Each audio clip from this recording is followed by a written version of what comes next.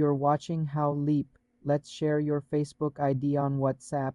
Your Facebook ID is the username or profile link. To find it, open the Facebook app and go to your profile. Tap the three dots below your cover photo. Scroll down and select Copy Link or Copy Profile Link. This copies your unique Facebook URL to your clipboard. Now open WhatsApp and go to the chat where you want to share it. Tap and hold in the message field and select Paste to insert the link.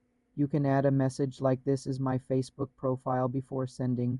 Alternatively, you can share your Facebook username, which is the custom name in your profile link, like facebook.com/yourname. To find your username, go to your profile, tap Edit Profile, and look under Username. Copy it and send it as text on WhatsApp.